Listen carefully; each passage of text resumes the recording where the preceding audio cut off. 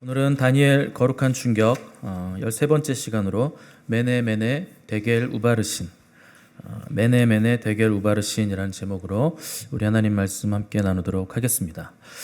이 바벨론 제국의 강력한 제왕이었던 이 느부갓네살이 죽고 나니까 바벨론 제국은 아주 치열한 권력 암투와 잦은 정변으로 인해서 급속한 쇠락의 길을 걷기 시작했고, 또 반면 페르시아라는 나라에서는 고레스라는 굉장히 뛰어난 왕이 등장하면서 이 페르시아는 점점 강성해지고 있었습니다.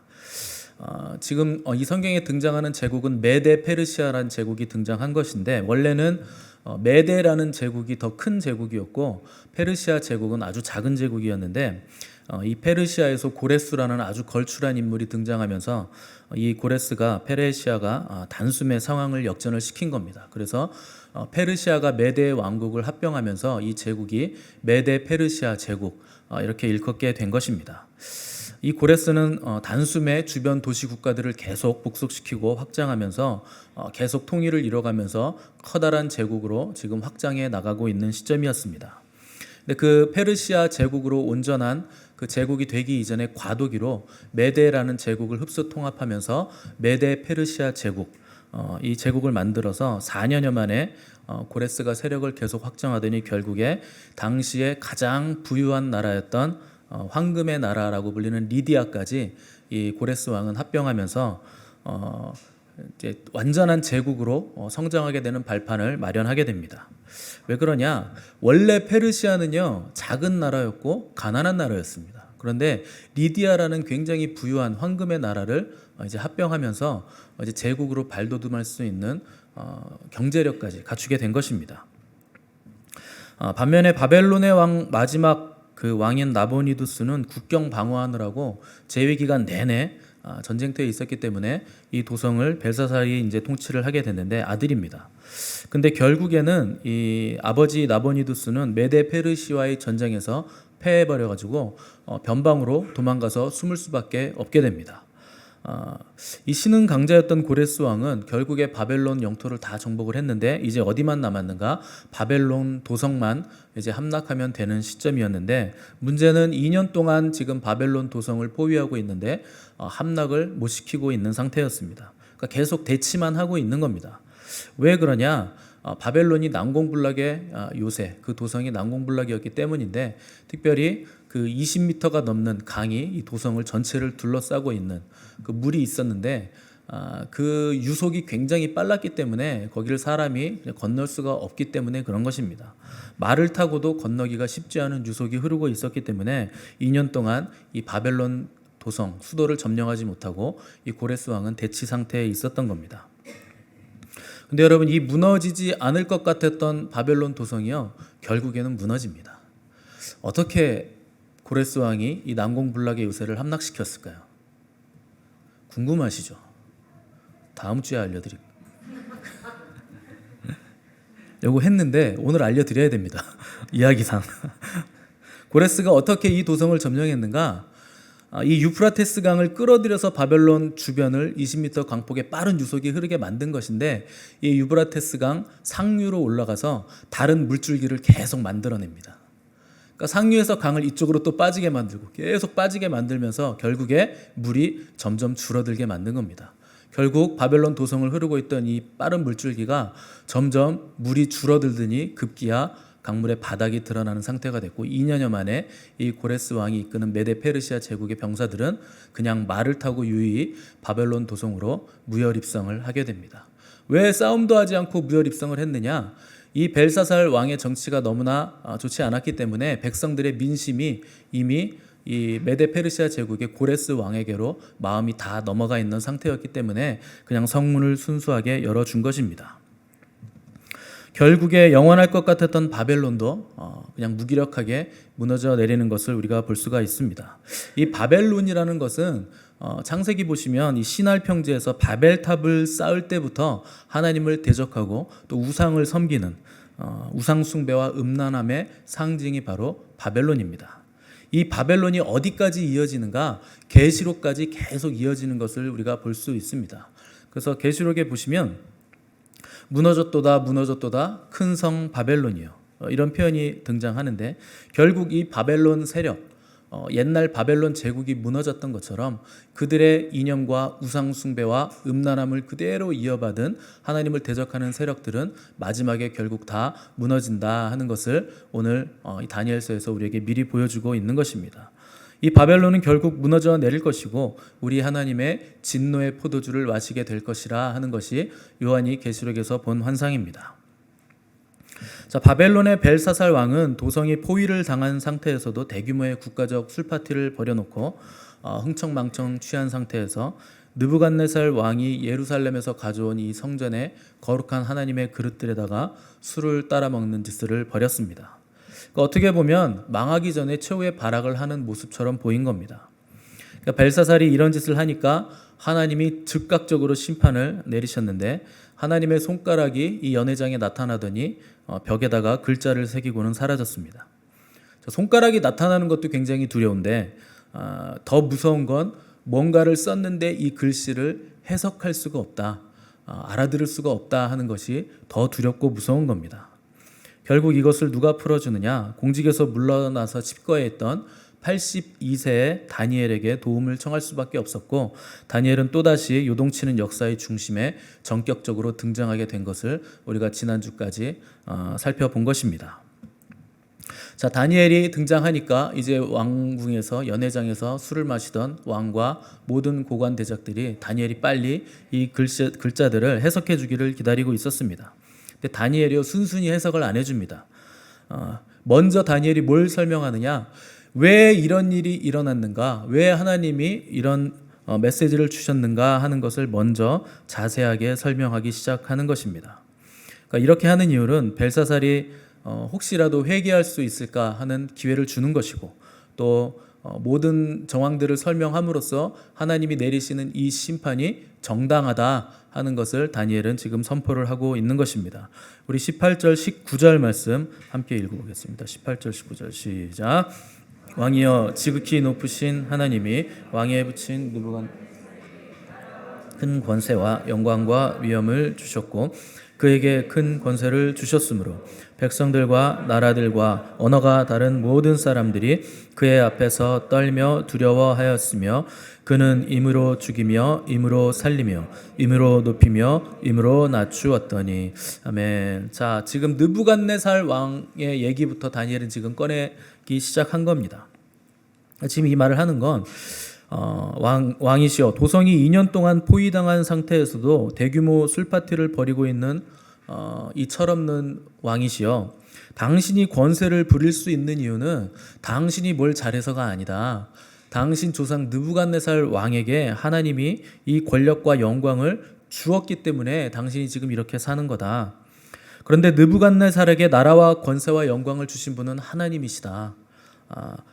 당신은 그 하나님을 지금 모르고 오히려 그분을 욕되게 하고 있다 하는 것을 다니엘이 먼저 얘기를 하는 겁니다. 여러분 모든 권세와 영광은요 그게 어디로부터 나오는가? 하나님께로부터 오는 것입니다. 그러니까 사람들은요 내가 가지고 내가 누리고 있는 것들 그게 원래 내 것이라고 다 착각합니다. 그러니까 여러분 그렇지 않습니다. 지금까지 내가 누려왔던 것들 그거 원래 우리 거 아닙니다. 다 하나님 겁니다. 여러분들이 열심히 일해서 땀 흘려서 번 재물이 여러분들의 것 같겠지만 내가 땀 흘렸다고 해서 그게 내 것이 아닙니다. 원래 그건 하나님 겁니다. 여러분이 땀 흘릴 수 있으려면 움직여서 재물을 벌 수 있으려면 여러분이 숨을 쉴 수 있어야 되거든요. 그리고 힘도 있어야 되고 근데 여러분 숨을 쉴 수 있으려면 공기가 있어야 됩니다. 공기는 여러분 겁니까? 아닙니다. 공기는 하나님께서 값없이 주신 겁니다. 여러분 숨을 쉬면 심장이 뛰어서 또 피를 막 보내줘야 됩니다. 여러분 심장은 여러분 겁니까? 내 심장인데. 여러분의 심장이라면 여러분이 멈추실 수 있습니까? 여러분 멈춘 심장을 여러분들이 뛰게 하실 수 있습니까? 아니에요, 여러분. 그 심장의 주권도요 내가 가지고 있는 게 아니라 우리 하나님이 가지고 계신 겁니다.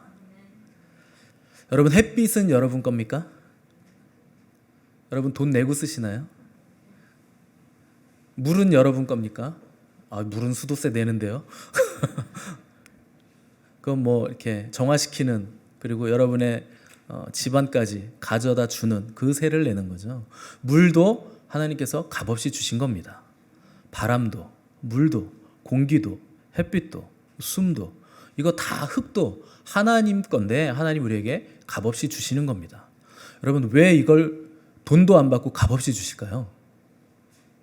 이거 장사하면 봉이 김선달처럼 대농광물 팔아서 장사하면 떼돈 벌 수 있는데 하나님은 왜 값없이 주실까요? 너무 귀한 거기 때문에 우리가 값을 치를 수 있는 능력이 없는 겁니다. 이건 돈으로 살 수 있는 게 아니에요, 여러분. 하나님이 이 귀한 걸 그냥 값없이 너희들 이거 가지고 살고 행복해라, 기뻐해라, 이렇게 값없이 주는 겁니다. 공짜로 받는다고 이게 가치가 없다고 여기시면 절대 안 됩니다. 그럼 이것들을 생각하셔서 항상 우리에게 있는 모든 것들이 우리 하나님께로 온 것이다 하는 것을 여러분 항상 기억하시고 우리 하나님께 감사를 드릴 수 있어야 됩니다. 19절을 보시면 느부갓네살은 임으로 죽이고 임으로 살리며 임으로 높이며 임으로 낮추었다 이렇게 얘기를 했는데 여기 임의로가 4번이나 나오죠. 무슨 말이냐? 지 멋대로 살았다 이런 뜻입니다. 자기 멋대로 살았다. 하나님이 주신 걸 가지고 지가 죽이고 싶으면 죽이고 살리고 싶으면 살리고 그냥 손바닥 뒤집듯이 사람 죽이면서 눈 하나 깜짝하지 않고 자기 멋대로 살았다. 너희 조상 느부갓네살도 그랬다 하는 겁니다. 이 수많은 사람들 눈에 피눈물이 나게 하면서도 눈 하나 깜짝하지 않았던 이 교만했던 느부갓네살이 자기에게 내려질 심판에 대한 꿈을 꾸었는데 그 꿈이 어떤 꿈이고 어떻게 이루어졌는가 하는 것을 다니엘이 벨사살 왕에게 20절에서 21절 말씀에 지금 설명을 하고 있습니다. 20절 21절 읽어보겠습니다. 시작. 그가 마음이 높아지며 뜻이 완악하여 교만을 행함으로 그의 왕위가 패한 바 되며 그의 영광을 빼앗기고 사람 중에서 쫓겨나서 그의 마음이 들짐승의 마음과 같았고 또 들나귀와 함께 살며 또 소처럼 풀을 먹으며 그의 몸이 하늘 이슬에 젖었으며 지극히 높으신 자기의 뜻대로 누구든지 그 자리에 세우시는 줄을 알기에 이르렀나이다. 아멘. 자, 느부갓네살은요, 세상적인 관점에서 보면 굉장히 위대한 왕일진 모르겠지만 하나님의 시선에서 보면 교만하기 이를 데 없는, 교만이 꽉 들어찬 아주 교만한 왕이었습니다. 그러니까 오죽하면 자기 모습을 닮은 30m짜리 신상 세워놓고 여기 절하지 않으면 다 불에 태워서 죽이겠다 이렇게 협박을 다 했겠습니까? 그때 하나님은 다니엘의 세 친구를 통해서 불에 전혀 상처 하나 나지 않게 살려내심으로 느부갓네살에게 강력하게 경고를 하신 겁니다. 그런데도 느부갓네살의 교만은 사그라들지 않았습니다. 이 정도 했으면 느부갓네살이 하나님을 다 인정하고 하나님의 경고를 받았으면 하나님 앞에 납작 무릎을 꿇어야 되는데 하나님 위대하다 인정은 했지만 자기의 삶을 돌이키지는 않았다 하는 겁니다. 여러분, 이게 교만입니다. 머리로는 아는데 삶으로 살아내지 않는 거, 돌이키지 않는 거, 가던 길을 180도 돌이켜서 하나님 편으로 다시 돌아가지 않는 거, 이게 바로 교만입니다. 그리고 교만은요, 우리에게서 웬만해가지고는 나가질 않습니다. 이게 아주 치명적인 거예요. 혹시 나간다 하더라도 나쁜 것 중에서 교만이 가장 늦게 나갑니다. 다른 거 다 나가도요, 교만은 안 나가요. 그러니까 하나님 앞에 납작 엎드려서 무릎 꿇고 예배하고 경배하면서 막 은혜 많이 받고 눈물 콧물 다 쏟고 막 하나님의 불이 떨어져서 막 다 태워지고 했는데도요, 그 자기가 행한 그 행위, 내가 하나님 앞에 무릎 꿇고 있었다, 나 하나님하고 깊이 교제했다 하는 그걸 가지고 또 우쭐하는 게 이게 사람이에요. 교만은요, 나가도 가장 늦게 나갑니다. 그리고 돌아올 땐 교만이 가장 먼저 돌아옵니다. 신앙생활에서 가장 큰 걸림돌이 바로 이 교만입니다. 교만은요, 자신의 죄악된 모습을 애초에 보지 못하게 만들어요. 그리고 깨닫지 못하게 만듭니다. 자신을 올바로 보지 못한다 하는 것은요, 다른 사람도 올바로 보지 못한다는 뜻입니다. 교만의 또 치명적인 문제는 뭔가? 교만은요, 하나님께로부터 공급되는 은혜를 다 막아버립니다. 다 막습니다. 왜 그럴까요? 하나님은요, 교만한 자를 대적하시기 때문에 하나님의 은혜가 다 막히는 겁니다. 하나님은요, 교만으로 정신을 못 차리는 느부갓네살을 결국엔 미치게 만드셔서 7년간 들에서 광이 돼서 풀을 뜯어먹게 만드셨습니다. 그러니까 짐승처럼 살게 하신 거예요. 무슨 말인가? 하나님을 모르고 하나님 앞에서 자기 잘난 척하면서 자기 멋대로 사는 사람은 들판에서 풀 뜯어먹는 짐승과 같은 거다라는 걸 보여주신 겁니다. 그건 그냥 짐승입니다. 그래서 존귀에 처하나 깨닫지 못하는 자는 멸망하는 짐승과 같다 하는 것이 잠언에 나오는 구절입니다. 제가 저번에도 말씀드렸지만 운전하시는 분들 로드킬 당한 짐승들 보시잖아요. 고양이도 죽어있고 고라니도 죽어있고 강아지도 죽어있고 그 멸망하는 짐승, 하나님을 깨닫지 못하고 내가 얼마나 존귀한 자인가, 하나님 얼마나 위대하신가 이런 걸 모르는 사람들은요, 그 고속도로에서 로드킬 당한 그 멸망하는 짐승과 똑같다 하는 것이 성경의 진단입니다. 이 강도 높은 징계를 받은 느부갓네살은 7년 뒤에 정신이 돌아왔을 때 비로소 자기의 교만이 꺾였습니다. 그러니까 자기가 폐위도 당해보고 미쳐도 보고 나서야 이 권세와 영광은 지극히 높이 계신 하나님께서 주시기도 하시고 가져가시기도 하신다 하는 것을 깨닫게 된 것입니다. 그러니까 여러분, 교만이 언제 벗어지고 겸손하게 될까요? 제가 몇 번 말씀드렸잖아요. 교만은요, 교만의 끝까지 가서 사람들한테 온갖 창피를 다 당해보고 나서야 사람이 겸손해지는 거예요. 그러니까 여러분, 어설프게 겸손한 척 하지 마십시오. 끝까지 가셔야 돼요. 끝까지. 그냥 교만의 끝까지 가서 그냥 완전히 발개 벗겨져서 모든 창피를 다 당해보시면 사람이요, 그때부터 겸손해져요. 다시는 내가 이러지 말아야지. 느부갓네살이 그걸 경험한 겁니다. 교만의 끝까지 갔다가 미쳐가지고 풀 뜯어먹고 살다가 7년 만에 다시 제정신을 차린 거예요. 그리고 나서 느부갓네살이 자기가 겪었던 일을요, 간증문으로 써놔가지고 다니엘서에 기록을 해놓은 거예요. 그리고 나서 그 대국민 메시지로 자기의 경험을 선포했고 왕궁의 실록의 기록에도 딱 남겨놓은 겁니다. 내 후대 왕들은 절대 교만하지 마라. 느부갓네살이 이 제정신으로 돌아와서 이 문서를 남겼을 때 오늘 등장한 이 벨사살이라는 사람, 이 왕의 나이는요 약 6세 정도 되는 나이였습니다. 느부갓네살 살아있을 때. 그러니까 보긴 본 거예요. 느부갓네살이 미쳤다. 그러니까 태어났을 때는 느부갓네살이 미쳐있던 상태였죠. 6세니까.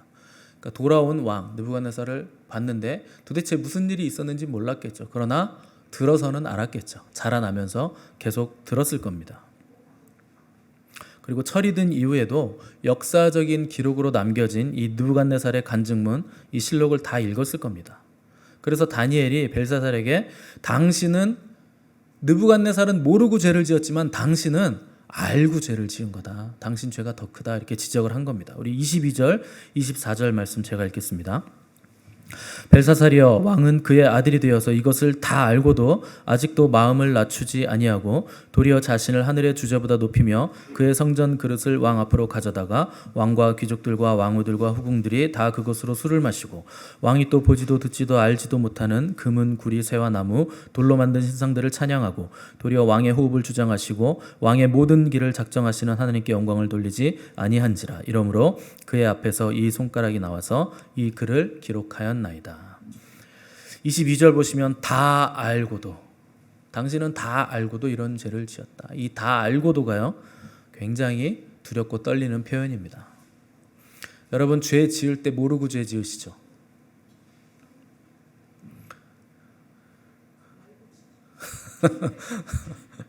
여러분, 다 알고 죄 짓습니다.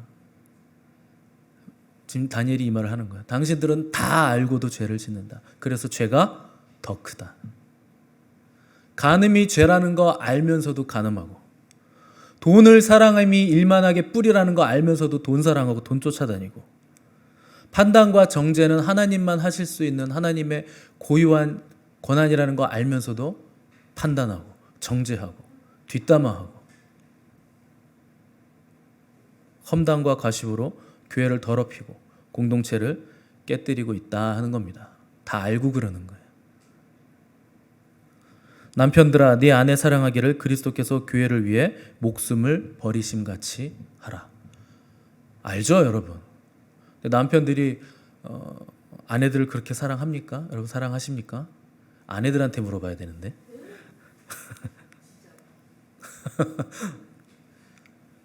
목숨을 버릴 만큼 아내들을 사랑해요. 여러분 그래서 청년 여러분 계속 반복해서 말씀드리지만 여러분들이 장가갈 준비는요 집이 아닙니다. 죽을 준비를 하고 가셔야 돼요. 죽을 준비. 내 아내를 위해서, 내 아내들 사람을 위해서 나는 목숨을 바쳐서 내가 대신 죽을 거야. 그 죽을 준비를 하고 가시는 거예요. 이 여자의 모든 그 쓰레기, 그 꼬장, 막 그 성질, 이 네 가지, 그거를요 시집가기 전에는요 아빠가 다 받아줘요. 근데 결혼하면 그 남편이 다 자기가 그 쓰레기를 다 가져가는 거예요. 그걸 다 내가 감당하고 내가 내 아내를 위해서 죽는 겁니다. 그러니까 형제들 여러분 결혼 준비는요 뭐 집이 있으면 좋아요. 좋지만 집보다 더 중요한 건 죽을 준비다. 내가 내 아내를 위해서 죽어야지. 그럼 목사님은 죽으세요? 아니요.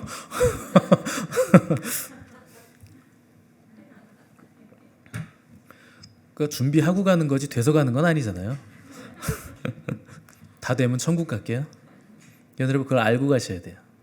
그 순간순간 다짐은 하셔야 돼요. 그런데도 남자들은요, 이게 남자들이 장애인들이거든요. 장애가 있어요 남자들이. 그 알량한 그 개도 안 물어가는 자존심 때문에 먼저 미안하다는 말을 못해요. 사랑한다는 말도 못하고. 그러니까 다 장애인이죠.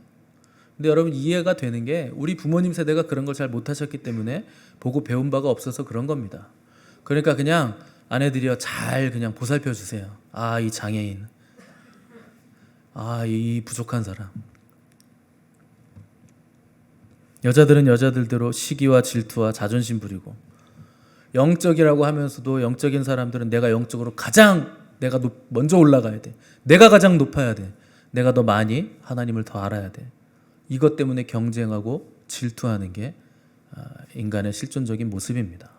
알면서도 그렇게 하면 안 된다는 걸 알면서도 우리는 죄를 짓는다 하는 겁니다. 왜 그럴까요? 성경에서 얘기하는 거 뻔히 알고 매주 설교 들으면서 알고 매일 새벽 기도하면서 알고 하나님 앞에 엎드려 하나님의 음성 들으면서 교제하면서 다 알 것 다 아는데 왜 안 될까요? 자기 중심성이 너무나 강하기 때문에 그런 겁니다. 세상의 중심이 나인 거예요. 내 감정이 중요하고 내 목표가 중요하고 하나님보다 내가 더 중요하기 때문에 알고도 마음을 낮출 수가 없다 하는 것입니다. 우리 25절에서 28절 한번 읽어보겠습니다. 25절 28절 시작. 기록된 글자는 이것이니 곧 메네 메네 데겔 우바르시니라. 그 글을 해석하간다. 왕의 나라의 시대를 세워서 그것을 끝나게 하셨다 하미요. 데겔은 왕을 저울에 달아보니 부족함이 보였다 하미요. 베레스는 왕의 나라가 나뉘어서 메대와 바사 사람에게 준 바 되었다 함이니이다 하니. 아멘. 자, 기록된 글자는 네 글자입니다. 메네 메네 데겔 우바르신. 자, 단어의 수는 세 개의 단어예요. 이 세 개의 단어는요 모두 화폐 단위입니다. 화폐 단위. 울어도 괜찮아요. 놔두세요. 울게 놔두세요. 괜찮아요. 저 먼저 다니던 교회에서는요 애가 울든지 뭐 뛰어다니든지 상관도 안 했어요. 저는 익숙합니다. 그런 거. 막 뛰어다녀도요 그냥 설교해요. 괜찮아요. 중요한 건 이 예배 현장에 함께 있는 게 중요한 겁니다. 어려서부터 여기 하나님의 영광과 임재가 가득하기 때문에 그 아이가 그걸 그 공간 안에 있는 게 중요한 거예요. 자, 메네 메네 데겔 우바르신 다 화폐 단위인데 메네는 여러분 성경에 보시면 문화 비유 아시죠? 한문화 비유 문화 못 들어보셨어요? 네, 성경에 있습니다. 열문화 비유. 그 문화가 바로 메네입니다. 메네 메네. 그다음에 데겔 나오는데 데겔은 지금 이스라엘의 화폐 단위인 세켈을 말하는 거예요. 그러니까 문화 세켈, 우바르신이라 그러는데 이 바르신은 이제 페레스라는 건데 페레스가 뭐냐면 반문화를 얘기하는 거예요. 한 문화를 절반으로 쪼갠 반문화. 그러니까 직역하면 뭐 문화, 세겔, 페레스 뭐 이런 건데 무슨 뜻이냐? 의역하면 세어보고 달아보고 반으로 나눈다 이런 뜻입니다. 반문하니까 마지막이. 그러니까 세어보고 달아보고 나서 반으로 나눠버렸다 이런 뜻입니다. 자, 첫 번째 문화에 해당하는 단어 메네. 이거는 하나님께서 세어본다 하는 뜻인데 돈을 센다는 뜻이 아니고 우리의 날들을 세어보신다 하는 뜻입니다. 근데 두 번 반복하죠. 메네. 세어본다. 뭐냐? 아주 자세하게 살피시고 세어보신다 하는 뜻입니다. 그러니까 우리의 시간들을 하나님은요 지금 세고 계신 거예요. 우리는 영원히 살 것처럼 마지막이 없을 것처럼 사는데 착각입니다. 우리의 시간에 한계가 있어요. 그리고 그건 계속 흘러가고 있고 하나님 우리의 시간들을 세고 계시는 겁니다. 그러니까 아주 귀한 시간인데 지금도 속절없이 흘러가고 있는 겁니다. 시간은 금이다라는 말은 말도 안 되는 얘기입니다. 금으로 시간 못 삽니다. 다이아몬드 한 트럭 가져와도 시간은 못 사는 거예요. 그만큼 시간은 귀중한 건데 하나님께서 그 시간을 지금 세어보신다 하는 뜻입니다. 근데 이 귀한 시간을요 사람들이요 계속 속절없이 그냥 보내는 거예요. 주님과 보내지 않는 겁니다. 이 귀한 시간을. 그래서 그 시간을 마귀에게 빼앗기고 자기 배 불리면서 살고 악한 일 행하면서 살고 TV 보면서 살고 핸드폰 하면서 SNS, 유튜브 이런 거 보면서 시간을 속절없이 전부 다 마귀에게 빼앗기고 있다 하는 겁니다. 시간이 언제 가장 가치 있을까요? 우리 주님과 함께 있을 때 그때 가장 가치 있는 거예요. 주님의 일을 위해서 그 시간을 쓸 때 그때 시간이 가장 가치 있는 겁니다.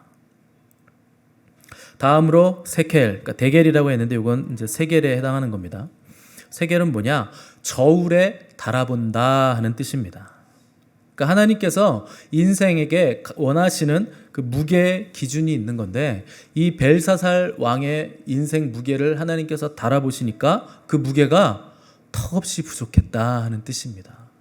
세어보고 달아봤더니 무게가 형편없는 거예요.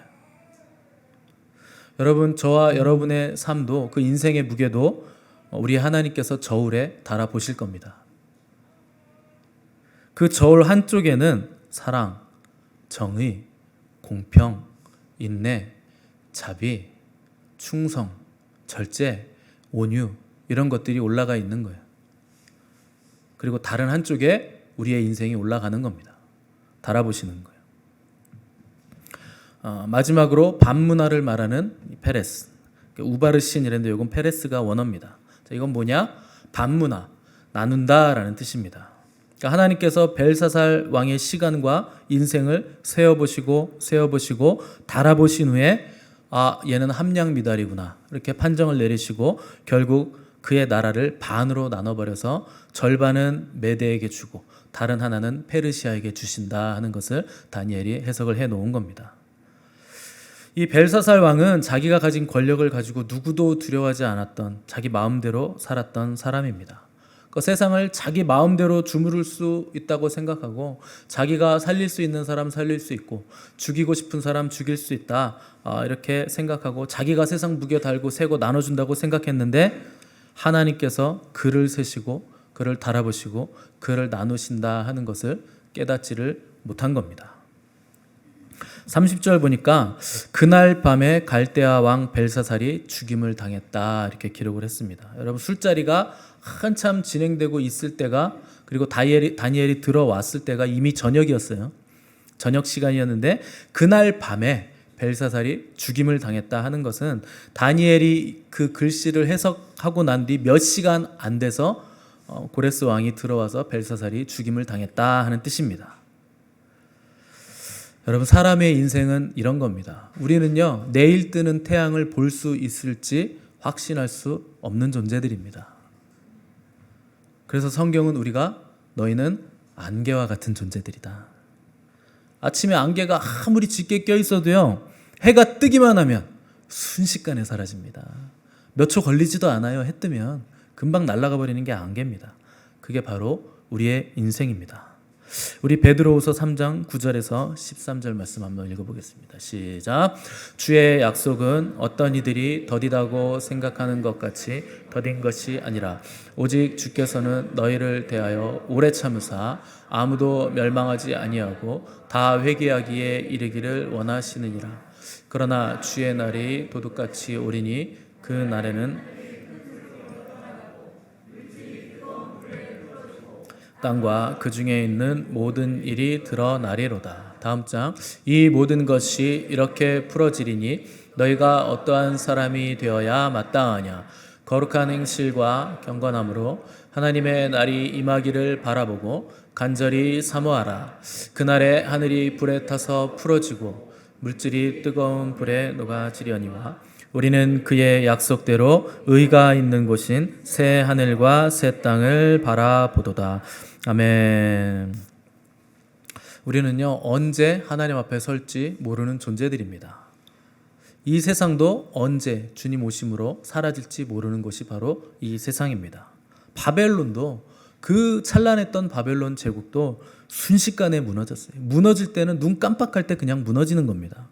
노아의 홍수 때도요, 100년이 넘게 방주를 짓고 있으니까 사람들이 저 정신 나간 사람, 그땐 비도 안 왔는데 산속 중턱 높은 데서 한가운데서 거기서 산에서 배를 짓고 있으니까 얼마나 한심해 보였겠습니까? 100년이 넘게 배를 짓고 있으니, 그것도 작은 배도 아니고 엄청나게 큰 배를 짓고 있으니 얼마나 한심해 보였겠어요. 그런데 여러분, 홍수가 임하니까요, 눈 깜빡하는 그 순간에 비가 내리기 시작하고 땅에서부터 물이 터져 나오기 시작하는 겁니다. 심판은요, 그냥 눈 깜빡할 새 오는 거예요. 제국이 세워지고 또 그 제국이 무너지고 그렇게 필요한 시간은요, 하나님에게는 그건 하룻밤도 안 되는 거예요. 영원할 것 같죠. 여러분, 세상이 영원할 것 같지만 사라질 때는 눈 깜짝할 사이에 사라지는 겁니다. 혹 우리가 사는 이 시간 동안에 그런 일이 일어나지 않는다고 해도 어느 날 하나님께서 여러분들의 인생에 스탑, 여기까지야, 이렇게 말씀하시면 여러분 거기가 끝인 거예요. 그때는 주님 앞에 서야 됩니다. 그러면 그때까지 내가 추구하고 내가 붙잡고 있던 모든 것들 다 놔야 됩니다.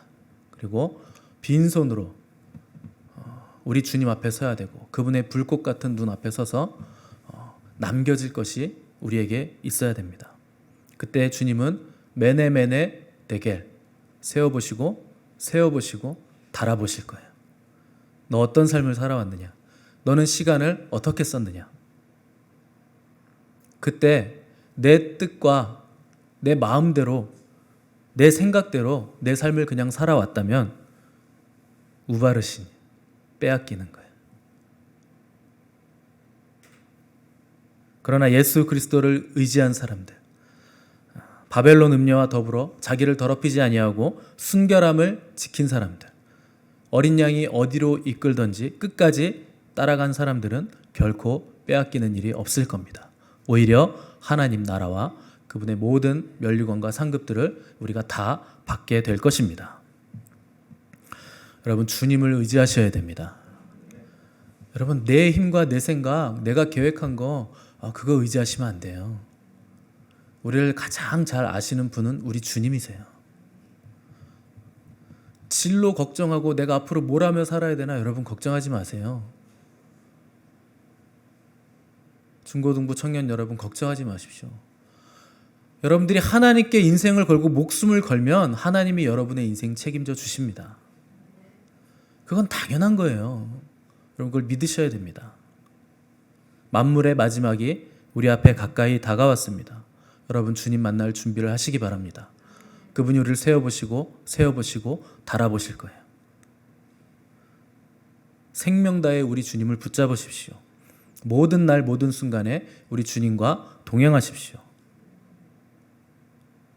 세상이 아무리 악해도 우리 주님과 동행하면 그 어디나 하늘나라입니다. 그분과 동행하는 사람들에게 메네메네 데겔은 두려움의 저울이 아니라 기쁨과 환희의 저울이 될 것이고, 우리는 결단코 주님의 나라와 그분이 우리에게 주시는 상급들을 빼앗기지 않는 영원한 하늘 백성으로 살아가게 될 것입니다. 기도하겠습니다.